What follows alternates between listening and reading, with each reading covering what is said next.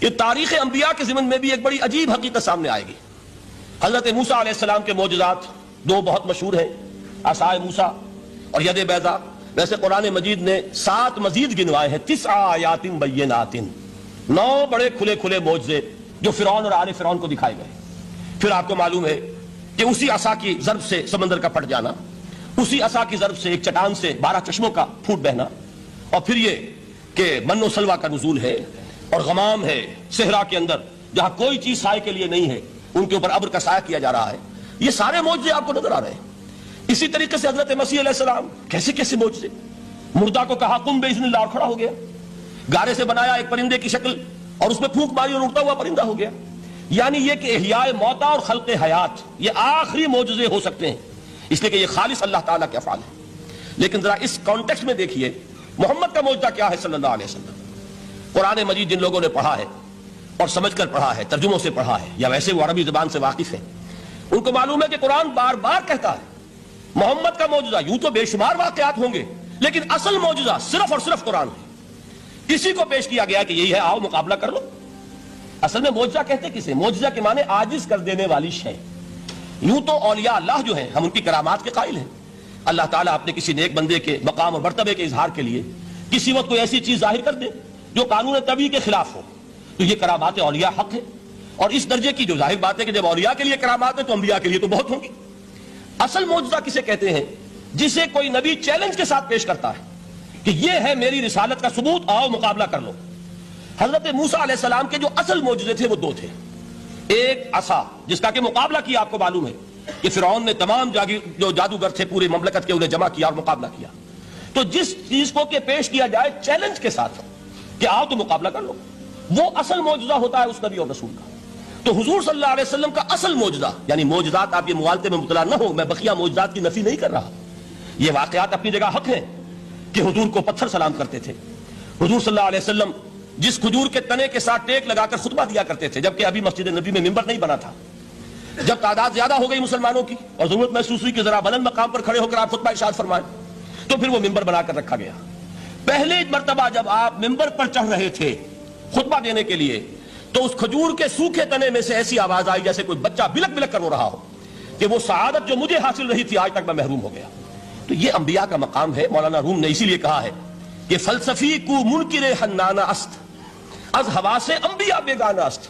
فلسفی اور عقلیت پرست انسان وہ تو حنانہ کا انکار کر دے گا، کیسے ممکن ہے سوکھا تنا اور اس کے اندر سے بچے کی طرح بلکنے کی آواز آئے، لیکن یہ اس لیے ہے کہ وہ انبیاء کے خصوصی احوال جو ہے ان کو جانتا نہیں۔ اس قسم کے خرق عادت واقعات حضور کی زندگی میں بھی بے شمار ہوئے، لیکن حضور کا وہ معجزہ جس میں تحدی کے ساتھ چیلنج کے انداز میں کہا گیا کہ آؤ مقابلہ کر لو، وہ صرف اور صرف قرآن ہے۔ چنانچہ آپ سورہ بنی اسرائیل میں دیکھیں گے قُلْ لَئِنِ اجْتَمَعَتِ الْإِنسُ وَالْجِنُّ عَلَىٰ أَن يَأْتُوا بِمِثْلِ هَٰذَا الْقُرْآنِ لَا يَأْتُونَ بِمِثْلِهِ وَلَوْ كَانَ بَعْضُهُمْ لِبَعْضٍ ظَهِيرًا۔ اے نبی چیلنج کر دیجئے، اگر تمام انسان اور تمام جن مل کر یہ چاہیں کہ اس قرآن جیسی کوئی تصنیف کر دیں، تو چاہے وہ ایک دوسرے کا کتنی بھی اس میں مدد کریں اور تعاون کریں، وہ ہرگز قرآن جیسی کتاب تصنیف نہیں کر سکتے۔ اس سے آگے بڑھ کر یہ بات کہی گئی، اچھا پورا قرآن نہیں لا سکتے، اس قرآن کی طرح کی 10 صورتیں ہی تصنیف کر لو۔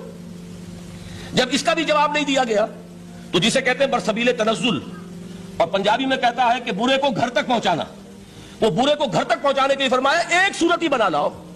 یہ سورہ ہود میں اور سورہ یونس میں یہ مضمون آیا، اور پھر سورہ بقرہ میں ہجرت کے بعد جو پہلی سورت نازل ہوئی اس میں پھر اس کو دوہرا دیا گیا، وَإِن كُنتُمْ فِي رَيْبٍ مِّمَّا نَزَّلْنَا عَلَىٰ عَبْدِنَا فَأْتُوا بِسُورَةٍ مِّن مِّثْلِهِ وَادْعُوا شُهَدَاءَكُم مِّن دُونِ اللَّهِ إِن كُنتُمْ صَادِقِينَ۔ کہ اگر تمہیں کوئی شک ہے اس کتاب کے بارے میں جو ہم نے نازل فرمائی ہے، شک کیا ہوگا؟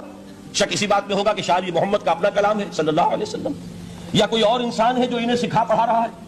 اگر تمہیں اس نوعیت کا کوئی شک ہے تو اس جیسی ایک سورت بنا لاؤ، فاتو بسورۃ من مثلہ۔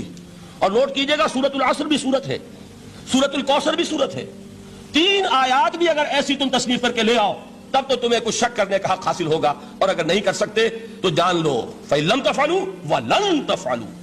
پھر اگر تم ایسا نہ کر سکو اور ہرگز نہیں کر سکو گے، ذرا چیلنج کا انداز دیکھیے کہ ہرگز نہیں کر سکو گے، فَاتَّقُوا النَّارَ الَّتِي وَقُودُهَا النَّاسُ وَالْحِجَارَةُ، تو ڈرو اس آگ سے جس کا ایندھن بنیں گے انسان اور پتھر۔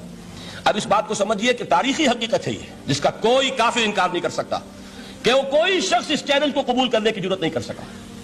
اگر جھوٹ موٹ کو بھی کوئی کھڑا ہو جاتا اور کہتا کہ ٹھیک ہے میں نے یہ ایک صورت بنائی ہے اور میرا دعویٰ یہ ہے کہ یہ قرآن جیسی ہے، تو ایک کنٹروورسی تو پیدا ہو جاتی نا. کچھ لوگ چاہے کہتے کہ نہیں یہ قرآن کے سطح کی نہیں ہے، لیکن یہ کہ اس کا دعویٰ تو ہو جاتا. لیکن تاریخ یہ بتا رہی ہے کہ سرے سے کسی شخص نے اس کی جرت نہیں کی. اس درجے وہ قرآن سے مرعوب ہوئے. تو حضور کا سب سے بڑا معجزہ جو آج تک زندہ ہے، اس کو ذہن میں رکھیے. میں نے جو حضرت موسیٰ حضرت عیسیٰ کے معجزات گنوائے ہیں وہ در حقیقت ان کی اپنی ذات کے ساتھ تھے. ید بیضا موسیٰ کے ساتھ تھا. عصا معجزہ اس وقت تھا جب موسیٰ کے ہاتھ میں تھا. اس کے بعد کئی سو برس تک وہ صندوق سکینہ جو ہے، تابوت سکینہ، اس میں وہ عصا رکھا رہا، لیکن اب وہ معجزہ نہیں تھا، وہ سوکھی لکڑی تھی، اس کے سوا کچھ نہیں. تو تمام انبیاء اور رسول کے معجزے ختم ہو گئے، وہ ان کی ذات کے ساتھ تھے. محمد الرسول اللہ کی رسالت دائمی ہے تا قیام قیامت، لہذا معجزہ بھی آپ کا دائمی ہے. وہ معجزہ آج بھی موجود ہے.